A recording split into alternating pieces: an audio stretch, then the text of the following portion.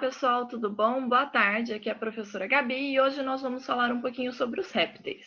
Bom, exemplos de répteis nós temos os jacarés, os crocodilos, as tartarugas, as serpentes, que também são chamadas de cobras, e os lagartos, né? Entre os lagartos, a gente tem, por exemplo, a lagartixa. É importante a gente falar que os répteis, eles são os primeiros vertebrados que conquistam o ambiente terrestre. Ah, Pro, mas você não falou lá nos anfíbios que os anfíbios estavam entrando já no ambiente terrestre e tal? Sim, os anfíbios estavam entrando no ambiente terrestre, mas os anfíbios, sapo, rã, perereca e tal, salamandra, eles dependem muito do ambiente aquático ainda.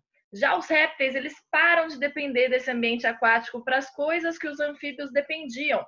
Lembra lá os anfíbios? Eles precisavam ficar com a pele sempre úmida. Os répteis não precisam mais. Eles precisavam de estar no ambiente úmido, né? Estar no ambiente aquático para reprodução. Os ovos deles tinham que ser colocados dentro da água. Os répteis não precisam mais.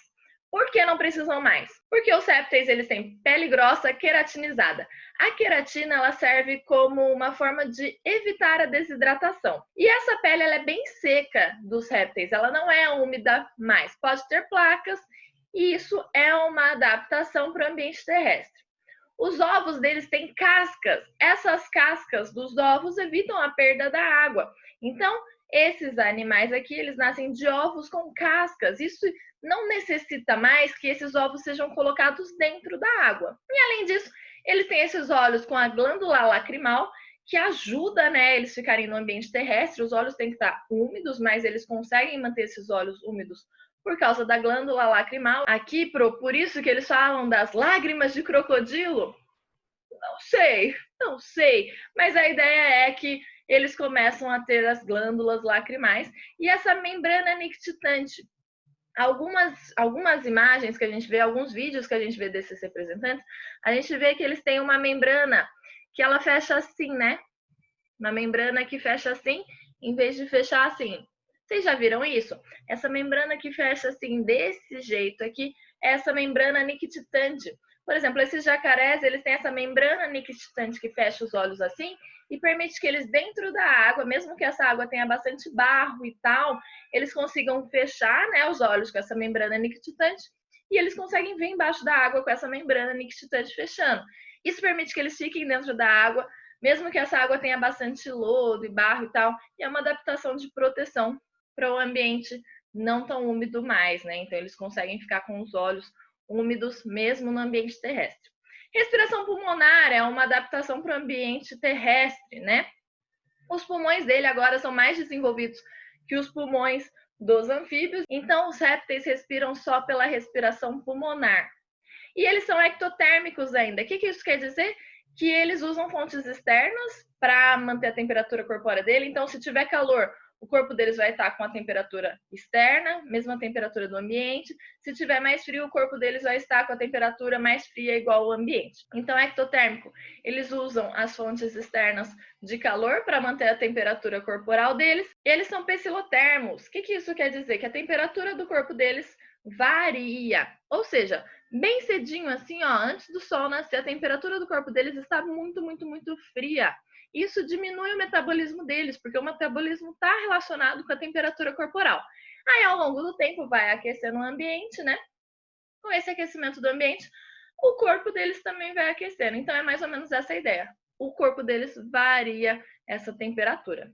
Os répteis têm reprodução com a fecundação interna, ou seja, os machos têm um órgão copulador, que é o pênis, e aí eles conseguem colocar os gametas dentro do corpo da fêmea, diferente dos organismos anteriores que a gente viu. Os anfíbios, os peixes, jogavam os ovócitos e os espermatozoides no ambiente. Lembra? Então, lá antes era a fecundação externa. Agora, nos répteis, fecundação interna. Desenvolvimento direto, olha aqui que bonitinho, já sai do ovo com a carinha, com o jeitinho de um adulto. Não tem metamorfose.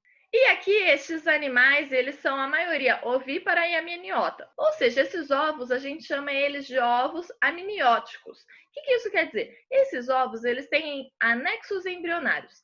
São anexos, são características dentro desse ovo que permitem a sobrevivência e o desenvolvimento desse embrião.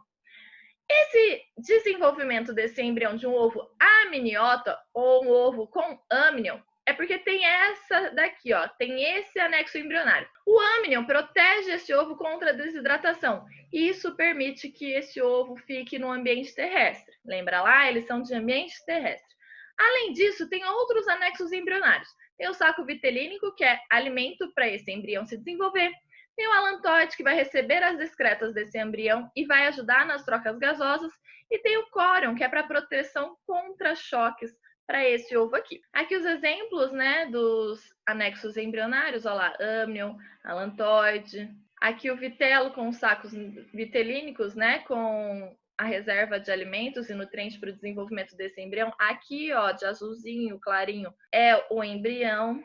Como ocorrem as excretas? As excretas deles também é adaptada para o ambiente terrestre e eles eliminam ácido úrico. Mais para frente a gente vai falar disso, mas o ácido úrico é uma excreta adaptada para o ambiente terrestre, adaptada para uma menor perda de água pelo corpo do animal. É uma excreta, ela bem desidratada, ela parece uma pasta, assim, de tão desidratada que é a excreta dos répteis. E para que isso? Por que ele elimina uma pasta, né, em formato de excreta? Porque eles têm adaptação para o ambiente terrestre, eles precisam evitar a perda de água. Então, não vou ficar perdendo água à toa na minha excreta. Eu quero que a minha excreta seja o mais desidratado possível. Então, retira toda a água dessa excreta, porque eu vou precisar dessa água.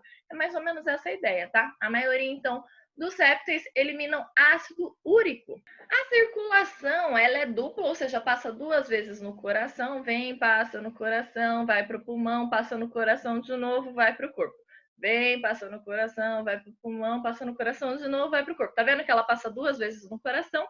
E ela é incompleta, ou seja, eu tenho a mistura do sangue rico em oxigênio e o sangue rico em CO2. E esse coração, ele tem 2 átrios e um ventrículo. Então, entra aqui nesse átrio, vai para o ventrículo, vai para os pulmões, entra no outro átrio, vai para o ventrículo, vai para o corpo, misturando o sangue. O que acontece com essa mistura do sangue?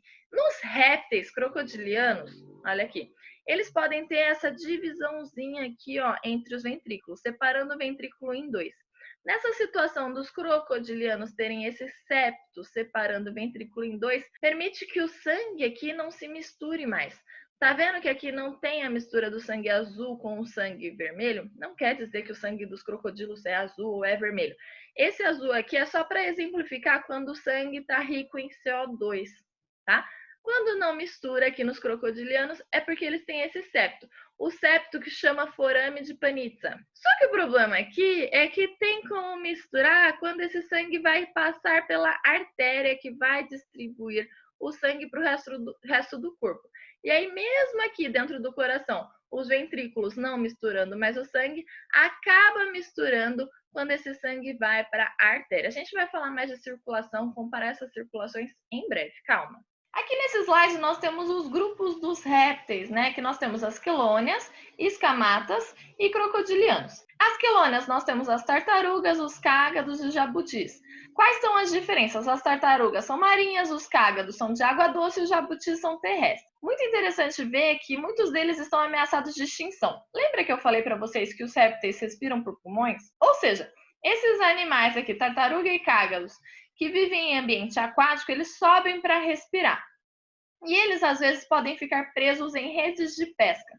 Se eles ficarem presos em redes de pesca e essa rede de pesca ficar muito tempo embaixo da água, eles podem morrer porque eles não conseguem respirar. Muito perigoso isso.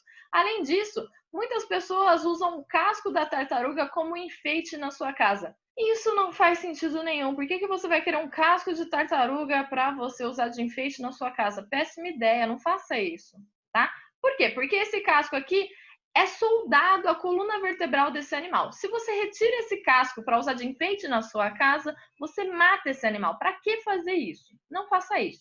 Além disso, muitas pessoas comem a carne desses animais. Também não faça isso e você acaba ameaçando esses animais de extinção. Outro exemplo do grupo dos escamatas é os lagartos, lagartixas e serpentes. As serpentes também são chamadas de cobras. Bom, o corpo desses animais de escamatas são cobertos por escamas. E eu trouxe aqui duas curiosidades. Os lagartos, eles podem fazer a autotomia da cauda para desviar de predadores. Como assim? Esses lagartos estão com algum predador correndo atrás deles. O que eles fazem? Eles soltam a cauda. Eles conseguem cortar a cauda, tipo, aí corta a cauda por eles mesmos. Eles cortam essa cauda e a cauda fica para trás se batendo assim, ó. E aí o que esses predadores pensam, né? Olha aquela cauda se batendo e aí eles vão na cauda se batendo e param de perseguir o lagarto. Tem muitas lagartixas que acabam soltando as caudas quando elas se veem ameaçadas. E, gente, lagartixa é amiga, tá? Ela tá ali, ela vai comer os mosquitos que estão no seu quarto, os pernilongos que estão no seu quarto, ela é ótima, não mata a lagartixa. E nós temos as cobras, né? As serpentes. Essas cobras serpentes, curiosidade é que a maxila dela é articulada e consegue abrir a boca em 180 graus. Interessante, né? E além disso, elas têm as costelas livres. Isso pode aumentar o tamanho do corpo dessa serpente para ela poder comer presas que são bem maiores do que ela. Os crocodilianos, nós temos os jacarés, crocodilos e o gavial. O gavial é esse aqui, corpinho de crocodilo, mas a boca dele é muito fina. Os crocodilos, eles têm um focinho um pouquinho mais fino que os jacarés, mas não tão fino quanto os gaviões, e o jacaré tem um focinho um pouco mais arredondado. Também tem diferença da exposição dos dentes entre o jacaré e o crocodilo quando eles fecham a boca. Crocodilianos, eles têm as escamas córneas reforçadas, ou seja, o corpo desses animais é bem resistente. Curiosidades à parte, nós temos algumas serpentes que são peçonhentas. O que peçonhenta quer dizer? Que eles conseguem injetar o veneno no corpo da sua presa. Para que elas fazem isso? Porque elas querem, né, predar os animais que ela tem interesse em comer e tal, e aí ela vai lá, coloca, né, injeta esse veneno na sua presa, e aí essa presa ela vai morrer, ou ela vai se paralisar, ou ela vai ter muita dor, ela vai diminuir a sua corrida, e aí as cobras conseguem ir lá e se alimentar deste animal, dessa presa. E nós temos todas as cobras que têm presa podem inocular veneno. As que não têm presa não inoculam veneno. Bom, répteis na parte de evolução, os répteis surgiram a partir dos primeiros anfíbios. Isso aqui é bem interessante, então, porque olha lá, a gente já falou dos peixes que estavam completamente no ambiente aquático, os anfíbios que estão saindo do ambiente aquático e entrando no ambiente terrestre, e os répteis que estão completamente no ambiente terrestre. Aí esses répteis, eles sofrem pequenas mutações, e essas pequenas mutações são mais adaptadas para o ambiente terrestre. Por exemplo, a pele deles mais seca, por exemplo, os ovos com casca, são mutações que ocorreram, e essas mutações estavam mais adaptadas para o ambiente terrestre. Os dinossauros, né, que causa bastante curiosidade no pessoal, são os répteis mais bem-sucedidos da história. Infelizmente, eles foram extintos. Infelizmente ou não, não sei se é muito legal a gente estar aqui convivendo com répteis tipo dinossauro na nossa vida. Dá um pouco de trabalho, não é mesmo? E a extinção deles ocorreu há mais ou menos 65 milhões de anos. Aqui, a teoria mais aceita é que os dinossauros foram extintos por causa de um asteroide que caiu na Terra. Era um asteroide muito grande, que todos os dinossauros que estavam ali próximos, né, da onde caiu esse asteroide, foram extintos na hora, e os dinossauros que estavam afastados dessa área morreram de fome depois. Por quê? Porque esse asteroide levantou uma nuvem de poeira. Essa nuvem de poeira impediu a entrada, né, dos raios solares. Impedindo essa entrada dos raios solares, acaba que as plantas diminuem a sua fotossíntese, a sua capacidade de fotossíntese, e as plantas acabam morrendo com esse baixo acesso à luminosidade do sol. E aí, com a morte das plantas, imagina esses animais que consomem grandes quantidades de alimento. Se não tem grande quantidade de alimento para eles, eles acabam morrendo. Então, a morte desses animais próximos do asteroide por causa do impacto, e a morte dos animais que estão mais afastados do asteroide por causa da fome. E sobre os répteis, era isso que eu queria falar para vocês. Eu espero que vocês estejam bem, se cuidem e até mais!